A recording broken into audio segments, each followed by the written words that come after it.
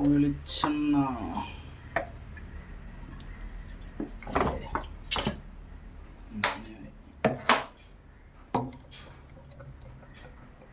നല്ല എണ്ണയൊക്കെ നല്ല പൊളപ്പനായിട്ട് ചൂടാക്കി കഴിഞ്ഞിട്ട് ഇതിൻ്റെ അകത്തോട്ട് കുറച്ച് കൊച്ചുള്ളിയും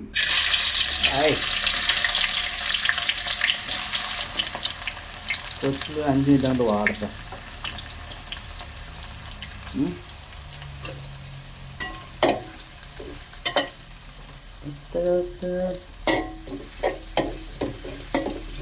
കൊച്ചുള്ളി ചേർത്തല്ല കറി ടേസ്റ്റിങ് ആകത്തുള്ളൂ.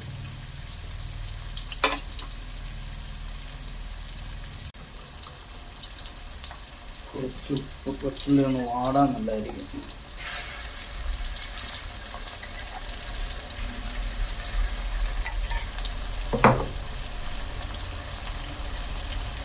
ഒന്ന് വാടി വരുമ്പോഴത്തേക്ക് സവോള, നല്ല കുനുകുനാന്നറിഞ്ഞ സവോള കൊടുത്ത് പച്ചമുളക് കൂടെ കിട്ടാം.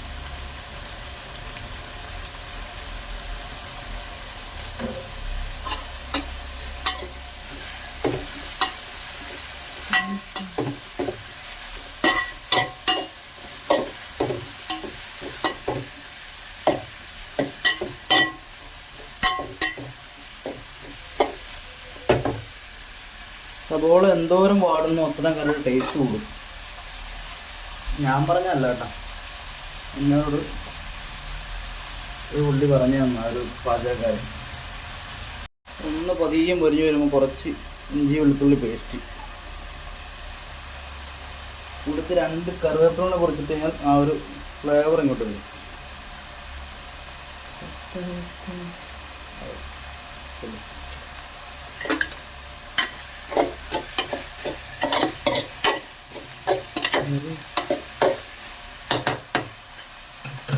സ്വന്തം കറിവേപ്പിലാണ് കേട്ടോ, കുറച്ചും കൂടെ ഇട്ടാൽ നമ്മുടെ സ്വന്തം ആയതുകൊണ്ട് 2 തണ്ടുകൾ ഒടിച്ചിട്ടേക്കാം. തണ്ട ഞാൻ ഇടാറില്ല, ഞാൻ ഇടാറുണ്ട്. ടേസ്റ്റ്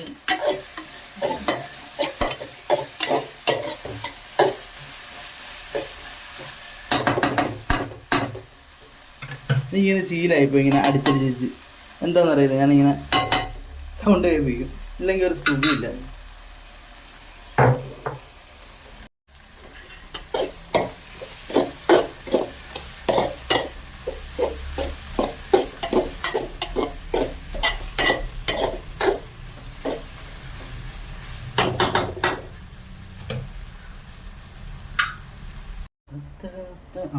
സബോളയൊക്കെ വാടി നല്ല സെറ്റപ്പായിട്ട് വരുമ്പോഴത്തേക്ക് മല്ലിപ്പൊടി ചേർത്ത് കൊടുക്കാം. എന്നിട്ട് വീടി മല്ലിപ്പൊടി, പിന്നെ ആവശ്യത്തിന് മുളക് പൊടി. പിന്നെ അളവൊക്കെ ഞാൻ പറയുന്നില്ല, ആവശ്യാനുസരണം സെറ്റ് ചെയ്യുക. ലേശം മഞ്ഞപ്പൊടി കൂടെ വേണം. ഇവിടെ മഞ്ഞപ്പൊടി, യെസ്, ഇത് 1/2 ടീസ്പൂൺ.